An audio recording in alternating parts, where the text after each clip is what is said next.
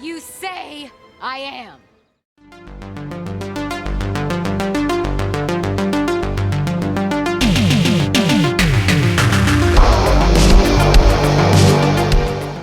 Hi and welcome to the Geek Legion of Doom, and this is going to be a non-spoiler review for WandaVision. Maybe it's season 1, who knows, maybe there'll be another season later on down the line. I'm not going to really be talking about any plot points, to be honest with you. I'm just going to give my thoughts on the what I think positive and negative. But very, very briefly, it's a kind of a spin-off show. First Marvel Disney Plus show concentrating on Wanda Maximoff, the Scarlet Witch, and Vision. So, one of the things that I liked about this show is it's very, very different take on the Marvel Cinematic Universe. It's probably the most original style kind of entity that we have so far in it, and it was much lauded. Obviously, it was this kind of sitcom kind of based show, and it's a great conceit, and they've made a really, really sterling effort to capture the essence of the sitcoms through the decades, going from the 50s right up to kind of modern times, even having the first episode filmed with a live studio audience, stuff like that.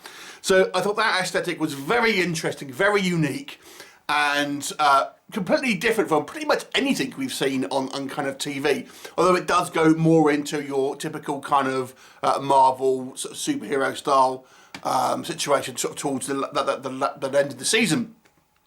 I have to say, I thought our leads, Olsen and Bettany, did an absolutely fantastic job. I thought they were brilliant actors here, and they had so much stuff to choose from. You know, obviously, going through these decades, kind of playing through the kind of the ages, and it must be an actor's dream to do something like this, because there's so much to kind of sink your teeth into. And I thought Elizabeth Olsen and Paul Bettany were brilliant in this, and really kind of fleshed out their characters, who were more kind of like, not the A-team as such on the Avengers in regards to kind of like their status within that group. And this is obviously a great way to kind of bolster that. I thought the season had lots of kind of different questions and kind of raised lots of conversation, and was a real talking point. That's also going to be a negative, as I'll come on to. But yeah, obviously there's lots of stuff that was raised. There was I'm not going to go into any spoilers for any season, but there was a great cameo that popped up kind of like beginning of the second half of the season. I thought it was fantastic, really fun, and meta kind of cameo. That was, well, not really cameo, supporting role really. We've also seen some origins of some other characters within the kind of the MCU, which I thought were all good. I thought the effects were excellent here. Obviously, bear in mind this is kind of a TV budget, but obviously it's a high TV budget. But nonetheless, it's kind of pretty much movie level effects here. And the storyline was very, very intriguing. What do I think does not work? Okay, so I think the first 3 episodes may be a little bit slow. I think it could have done with kind of incorporating a little bit more of the non-WandaVision world within that kind of, certainly the first 2 episodes, as I think it may, from what I've seen online, a lot of people will maybe put off by the first kind of couple of episodes at least. And I understand that. I mean, to me, I enjoyed it for what it was, but nonetheless, I can understand that kind of criticism.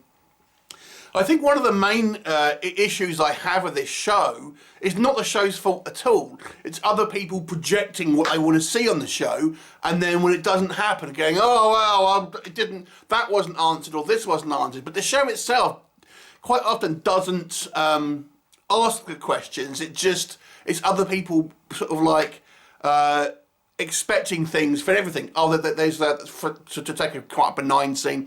There's a scene where character will say, oh, I'm going to contact this aerospace engineer, and everyone's like, oh my god, who's it going to be? Is it going to be Reed Richards? Blah blah blah blah blah. And it's just an aerospace engineer. Not everything has to be a massive reveal. And I feel, to be honest, this constant kind of need to project kind of answers on every little thing takes away from the show a little bit, because people are expecting all of these things to be in the show, And ultimately, when it isn't, people are like, oh, well, that person ended up being nothing. Well, that's not the show's fault. That's your fault for projecting your expectations onto it. But it's just like, that to me, unfortunately, is a state of, people going online and kind of doing clickbait videos and all that sort of stuff. Just watch the show, and then at the end of it, what you thought about it. I mean, that kind of bugs me, but it's not really the show's fault, to be honest with you. The last episode does end up being a little bit more of a typical kind of CGI fight, and I guess that's to be expected within an MCU property, but ultimately it's quite a kind of a big CGI fight, so different from the beginning of the show. In part of me thinks it would have been interesting to maybe go out a little on a little bit more of a subtle note as the kind of the show started. But I guess this is a superhero show, and ultimately we have to kind of have those elements within the kind of the property, which I do enjoy. But it's kind of like, it feels like the show can't not have them, if that makes sense. I also think this the cameo that we've talked about was just a fun little wink to the fans. I don't think it was anything to kind of like, people are going, oh my God, what does it mean? It doesn't mean this, doesn't mean that. No, it's just a little wink to the fans. It doesn't mean anything. It's just that. It's the fun meta joke, ultimately, and you've just got to look at it like that. Maybe it has a few too many kind of like false turns and maybe red herrings. Again, I partially blame that on the audience. It's not all kind of the show's doing. There are a couple of times though, but I have to say, there's one bad guy who's kind of, his villainous turn. The villainous turn to me was a little bit ill thought out in regards to the cleverness of the rest of the show.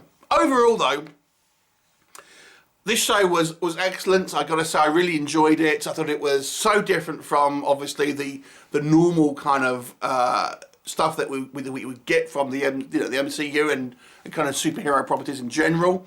I don't know how rewatchable it is, to be honest with you. I think you can kind of go back and then watch the episode again to pick up the kind of like the little nuances. But because this show is so much about reveals, I don't know how much kind of rewatchability it would have from the kind of the get-go, if that makes sense. But maybe that's just me. I will say this show is a strong show. I give it an 8 out of 10.